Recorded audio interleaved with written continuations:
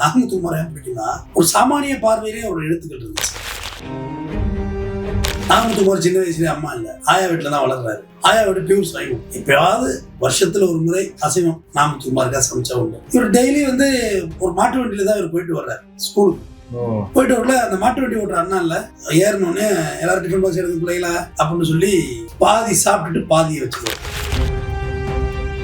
இப்படியே ஒரு வாரம் போயிட்டு இருக்கு. அன்னைக்குதான் நாம போறல மீன் குழம்பு, அது மேல மீன் வறுவல் இருக்கு. அப்ப நாம எப்படி அண்ணன் எடுத்து சாப்பிட்டு தான் போறாரு. 2 மீன் துண்டு போயிடும், நமக்கு 2 கிடைக்கும். ரொம்ப ஆசை, ஏன்னா அன்னைக்கு தானே கிடைக்குது இவருக்கு மீன் குழம்பு. முத்துமார் ஒன்னதை கூட அப்படின்னு கொடுத்துறாரு. கொடுத்து திறந்தா மீன் வருவலு அப்படின்னு சொல்லி எல்லாத்தையும் சாப்பிட்டு நாமத்துக்குமாருக்கு அழுகை மாத்திரம் அட்டக்கு. ஏன்னா ஸ்கூல்ல போய் எச்சம் சொல்றாரு, இந்த மாதிரி சாப்பிட்டாரு சாப்பாடு. எச்எம் அவரை கூப்பிட்டு கண்டிக்கிறார். அடுத்த நாள் மாட்டு வண்டி ஓட்ட வேற ஆள் வருகிறார். வேலை விட்டு தூக்கிறாங்க. பட்டியார் தான் உலகத்தை அழிச்சிருவோம். அவ்வளவு வெறி. பசியின் கொடுமை. பசி முதலில் எதை செய்யும்? உன் தன்மானத்தை இழக்க வைக்கும். பசி முதலில் என்ன செய்யும்? சுயமரியாதை இழக்க வைக்கும். பசி என்ன செய்யும்? யார் வீட்டில் நிக்க கூடாது, யார் முன்னாடி தலை குடிய கூடாதுன்னு நினைத்து அவன் வீட்டில் தான் கையேந்திடுவான். பசி ரொம்ப கொடுமையானது. அது பசிச்சவனுக்கு தெரியும். அதோட நம்ம அலுவலகத்துல இன்னைக்கு வரைக்கும் நம்ம என்ன செய்யறோம்? மதியம் லஞ்ச் நம்ம ப்ரொவைட் பண்றோம். நம்ம லஞ்ச் ப்ரொவைட் பண்றோம். மினிமம் குறைந்தபட்சம் ஒரு வேலை. வந்தவங்க சாப்பிட்டு போகணும். வந்தவங்க சாப்பிட்டு எந்த மாட்டு கருத்து கிடையாது.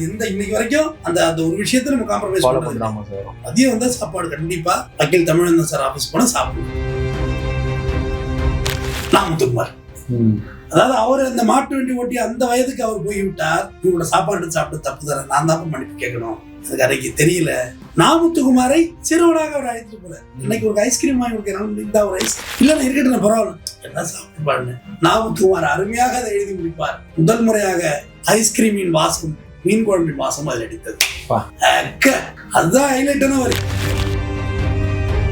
ஏன்னா பசி என்னன்னே தெரியல நம்ம பிள்ளைங்களுக்கு, தெரியவே கூடவும் பாத்துக்கிறோம். ஆனா அப்படி இல்லை உணவெல்லாம். அன்னைக்கு நான் சின்ன வயசா எல்லாம் ஆட்டுக்கறி எல்லாம் பாத்தீங்கன்னா எப்பயாவது ரேர் தம்பி. தீபாவளிக்கு எடுத்தாங்க கூட ஞாபகம் இல்லை. அப்ப இல்ல தம்பி, கல்ச்சரே வெள்ளது அபூர்வம். 3 வேளை சாப்பிட்டு எத்தனை பேர் தம்பி தூங்குறாங்க? இந்தியா முழுவதுமே சொல்றேன், 30 கோடி பேர் வறுமை கொண்டு கீழே இருக்கிறாங்க. 3 வேளை உணவு சரியா இல்லை. உணவை வீணடிக்காது, முடிஞ்சளவு சாப்பிடும்.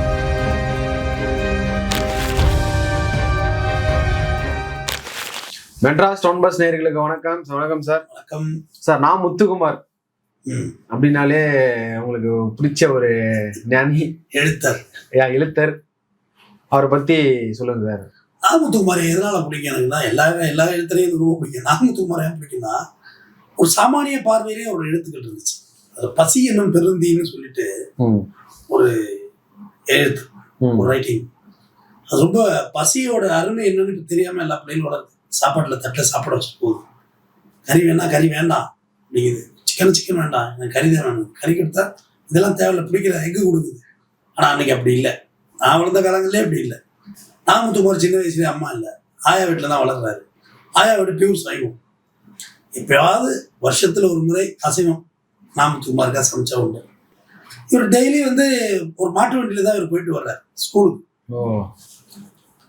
போயிட்டு வரல அந்த மாட்டு வண்டி ஓட்டுற அண்ணா இல்ல ஏறணும்னு எல்லாரும் டிஃபன் பாக்ஸ் எடுத்து பிள்ளைகளா அப்படின்னு சொல்லி பாதி சாப்பிட்டுட்டு பாதியை வச்சுருவார்.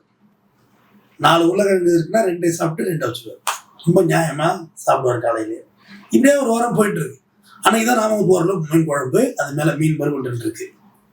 அப்ப நாமத்துக்குமார் எப்படி அண்ணன் எடுத்து சாப்பிட்டு தான் போறாரு. 2 மீன் துண்டு போயிடும், நமக்கு 2 கிடைக்கும். ரொம்ப ஆசை, ஏன்னா அன்னைக்கு தானே கிடைக்குது இவருக்கு மீன் குழம்பு. முத்துக்குமார் ஒன்னதை கூட அப்படின்னு கொடுத்துடுறாரு. கொடுத்து திறந்தா மீன் வருவலு அப்படின்னு சொல்லி எல்லாத்தையும் சாப்பிட்டு விடுகிறார். அந்த மாட்டு வண்டி ஓட்டுறாரு. அனைத்தையும் சாப்பிட்டு விடுகிறார். நாம் பிள்ளைகளா டிஃபன் பாக்ஸ் வேண்டாம்ப்பா, இதே சாப்பிட்டுன்னு சொல்லுவார். நாமத்துக்குமாருக்கு அழுகை மாத்திரம் அட்டக்குது. நேர ஸ்கூல்ல போய் எச்எம் சொல்றாரு, இந்த மாதிரி சாப்பிட்டாரு சாப்பாடு. எச்எம் அவரை கூப்பிட்டு கண்டிக்கிறார். அடுத்த நாள் மாட்டு வண்டி ஓட்ட வேற ஆள் வருகிறார். வேலை விட்டு தூக்கிறாங்க. இது இப்படியே காலங்களை உருண்டை ஓடுகிறது. அப்படியே பாஸ் 30 years பேக் நாகமுத்துக்குமார் தியேட்டர்ல படம் பார்க்கிறார். அங்க ஒரு வாட்ச்மேன் ரொம்ப மெலிந்த தேகத்துடன், நீ முத்து தானே அப்படின்னு கேட்டிருக்காரு. ஆமாண்ணா அப்படின்னு இருக்காரு. நீங்க என்ன தெரியல முத்துக்குமார், நான் தான்ப்பா அந்த மாட்டு வண்டியில உன்னை அழைச்சிட்டு போனேன் அப்படின்னு சொல்றாரு. ஐயோ அப்படின்ட்டு, அண்ணா சாரிண்ணே, மன்னிச்சேங்கண்ணே, எனக்கு தெரியாதுண்ணே, நான் சொன்னா உங்களுக்கு வேலை போகும் தெரியாதுண்ணே. நான் முத்துக்குமார் போது 4வது 5வது படித்திருப்பார். எனக்கு தெரியாதுண்ணே, வேலை போகும் தெரியாதுண்ணா, நான் தெரியாம சொல்லிட்டு மன்னிச்சேங்க. இல்லை இல்லை, நான் தான் உன்னை மன்னிப்பு கேட்கணும். சாப்பாடு சாப்பிட்றது, நாங்கள் வீட்டில் 6 பேருப்பா, வறுமை, பசி, இரவு மட்டும் தான் எங்கள் வீட்டில் சாப்பாடு இருக்கும். அப்போ காலையிலேருந்து நான் இரவு முழுவதும் வேறு சாப்பிட்டது இல்லை. காலையில் உங்கள் சாப்பாடை கொஞ்சம் கொஞ்சம் நான் சாப்பிட்டுட்டேன்னா இரவு எனக்காக ஒரு உணவு எடுப்பாங்கல்ல, எனக்குள்ள போட்டா அதை என் தங்கச்சிகள்கிட்ட கொடுத்துருவேன். நான் பட்டினியாக தூங்கிடுவேன். காலையில் சாப்பிட்டது பார்த்துக்க, பசி எப்படி இருக்குன்னு பார்த்துக்குவேன். பசி வந்தால் புத்தம் பறந்து போகும். பாரதி சொன்னான், குட்டித்து குட்டித்து பசி தண்டை குட்டிது, தனி மனிதனுக்கு உதவியில ஜகத்திலே அழிச்சிருவோம்னா. ஜகம் என்றால் உலகம். ஒருத்தர் பட்டியா இருந்தா உலகத்தை அழிச்சிருவோம்னா. அவ்வளவு வெறி. பசியின் கொடுமை. பசி முதலில் எதை செய்யும்? உன் தன்மானத்தை இழக்க வைக்கும். பசி முதலில் என்ன செய்யும்? உன் சுயமரியாதை இழக்க வைக்கும். பசி என்ன செய்யும்? யார் வீட்டில் நிற்க கூடாது, யார் முன்னாடி தலை குடிக்க கூடாதுன்னு நினைத்து அவன் வீட்டில இருந்து பெண் கையேந்திடுவார். பசி ரொம்ப கொடுமையானது. அது பசிச்சவனுக்கு தெரியும். பசி ரொம்ப கொடுமையானது. அதோட நம்ம அலுவலகத்துல இன்னைக்கு வரைக்கும் நம்ம என்ன செய்யறோம்? மதியம் லஞ்ச் நம்ம ப்ரொவைட் பண்றோம். நம்ம லஞ்ச் ப்ரொவைட் பண்றோம். மினிமம் குறைந்தபட்சம் ஒரு வேலை. ஆமா, வந்தவங்க சாப்பிட்டு போனோம். வந்தவங்க சாப்பிட்டு போனோம். எந்த மாற்று கருத்து கிடையாது. இன்னைக்கு வரைக்கும் அந்த அந்த ஒரு விஷயத்த நம்ம காம்ப்ரமைஸ் பண்ணலாம். மதியம் வந்தா சாப்பாடு கண்டிப்பா வக்கீல் தமிழன் சார் ஆபீஸ் போனா சாப்பிடணும். அவங்க வறுமையில் இருக்காங்க இல்லைங்கிறத எனக்கு முக்கியம் இல்லை. பட் பசி கொடுமையானது. முதல்ல சாப்பிடுங்க, அப்புறம் கேஸை பத்தி பேசுவோம். அவங்க கேஸ் எனக்கு கொடுக்குறாங்க மேட்டர் கிடையாது. முதல்ல சாப்பிடுங்க, அப்புறம் பேசுவோம். ஆக்சுவலா பார்த்தா நான் இன்னொரு பிளானே வச்சிருக்கேன். நமக்கு இந்த இடம் வந்து 10ல ஒரு சென்டிமீட்டர் அந்த இடத்துல இருக்கும். இன்னும் பெரிய இடத்துக்கு போயிட்டா ஒரு குக்கு போட்டு லஞ்சு சமைச்சிடலாங்கிறத பிளான் பண்ணியிருக்கேன். ஜோ நான்வெஜ்ஜோ சோறு வடிச்சோ சிக்கன் குழம்பு வச்சிருக்கேன், அவ்வளவுதான். இல்ல ஒரு ரசம், சோறு வடிச்சு சிக்கன் குழம்பு சாப்பிட்டாங்க, ரசம் சாப்பிட்டுக்கிட்டோம். அதை நான் உண்மையாவே என்னோட வாழ்நாள் திட்டமாவே வச்சிருக்கேன். இன்னைக்கு வரைக்கும் நான் அப்படிதான் மெயின்டைன் பண்றேன். யார் வந்தாலும் சாப்பாடு தான். காரணம் பசியா இருந்தது விட்டுதான். கண்டிப்பா.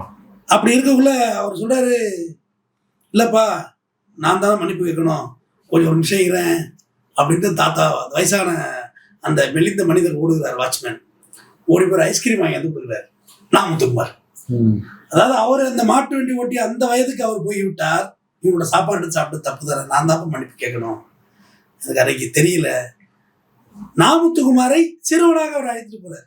அன்னைக்கு ஒரு ஐஸ்கிரீம் வாங்கி கொடுக்குறாங்க. முடிந்தா ஒரு ஐஸ்கிரீம் இல்லை, நான் இருக்கட்டும், பரவாயில்ல, என்ன சாப்பிட்டுப்பாருன்னு நாமுத்துக்குமார் அருமையாக அதை எழுதி முடிப்பார்.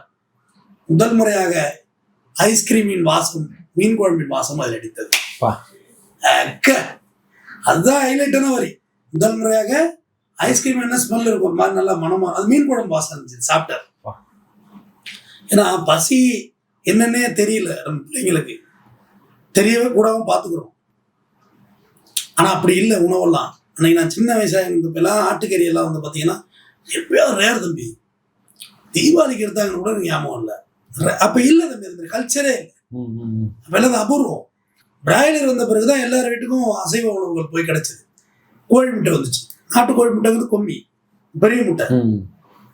அதோட தான் அந்த பிராய்லர் கோழி கெட்ட கோழின்னு யாராவது பேசணும்னா பெருசாக காது வாங்கிடல போட. இது வந்த பிறகுதான் எல்லார் வீட்டுக்கும் இது போச்சு.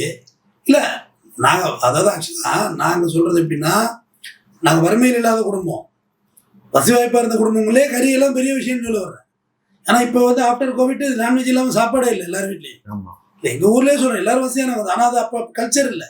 கோயிலுக்கு வெட்டுவாங்க தம்பி கடா வேண்டி, வீட்டுக்கு விட கறி கொடுப்பாங்க, அதில் சமைச்சு சாப்பிட்டுருவோம். பட் இன்னைக்கு அப்படி இல்லையே. காலையில் மீன் குழம்பு, மத்தியானம் கறி குழம்பு, நைட்டு சிக்கன் குழம்பு, காலையில் ஆட்டுக்கால் பாயோட ஏற்று சாப்பாடை போட்டு. அதோட்டு உணவை வீணடிக்காதீர்கள். அந்த இதுக்காக வேண்டி தான் நான் சொன்னேன், உணவு இங்கே ரொம்ப முக்கியமானது. பல பேர் பட்னியாக இருக்கான். சவுத் ஆப்பிரிக்காவோட சாப்பாடு நம்மள்டே சொல்றோம் தம்பி. 3 வேளை சாப்பிட்டு எத்தனை பேர் இங்கே தூங்குறாங்க?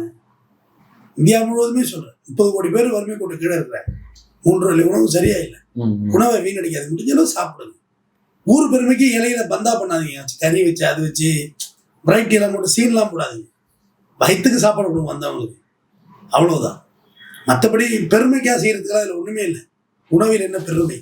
பசியின் கொடுமை என்பது வந்து, அதாவது இந்த உடம்புல வந்து எல்லா உறுப்புகளும் இருக்குது தம்பி. எல்லா இப்போ இந்த கை இல்லாமல் நீ வாழலாம், கண் இல்லாமல் வாழலாம், காது இல்லாமல் வாழலாம், இந்த உடம்பு இருக்கும். ஆனால் வயிறு இல்லாமல் இந்த உடம்பு இருக்குமா? எல்லா ஆர்கன்ஸும் போய் நம்ம வாழலாம் தம்பி. வயிறு இல்லாமல் வாழவே முடியாது. பசிக்கிறது அப்படிப்பட்டது. இந்த உடம்பு இயங்குறதுக்கான ஒட்டுமொத்த இதுவும் சிஸ்டம் பசிக்குள்ள இருக்கு. பசிச்சு பாரு. அதுதான் நபிகள் நாயகம் சொல்லுவாரு, இந்த நோன்பு இருப்பாங்க, நோன்பு. ஆமா அது சார். என்ன காரணம்? 6 மணிக்கு சாப்பிட மாட்டா, 6 மணி மேல சாப்பிடுவாங்க. 42 days something. ஆமா, அதுக்கு என்ன காரணம்னா பசி எப்படி இருக்குன்னு தெரிஞ்சுக்கணும். ஓ. பசித்த மனிதன் அடுத்தவங்க இருக்கிறாங்கிறது நீ உணரணுங்கிறது அதோட லாஜிக். ரெண்டாவது அது மெட்டபாலிசத்தையும் கிளியர் பண்ணும். அவங்க நிறைய சாப்பாட்டெல்லாம் செயற்கை வச்சு கொண்டு வரும். அதுல ஒரு ஆரோக்கியம் இருக்கு. அதை நான் உணர்ந்துருக்கிறேன். நானே நோன்பு இருப்பேன். அது கொண்டு வரும். இதுல கூட இந்துஸ்ல கூட இந்த சஷ்டி விரதம் இருப்பாங்க. ஆமா, ஃபாஸ்டிங் 1 week. 7 நாள். ஆமா, ஐயோ அது கொண்டுவரும். மிளகு விரதம்னு சொல்லி 24 hours ஃபாஸ்டிங். அது ரொம்ப படுபயங்கரமான நான் அதை இப்பதான் தெரிஞ்சுக்கிட்டேன் அதை பத்தி. அதுவும் ஓகே தான். அதுவும் அவ்வளோ வருத்திகரமான தெரியல. பட் பசியை உணர்ந்துடலாம், எப்படி இருக்கும் பசி அப்படிங்கிறத உணர்ந்துடலாம்.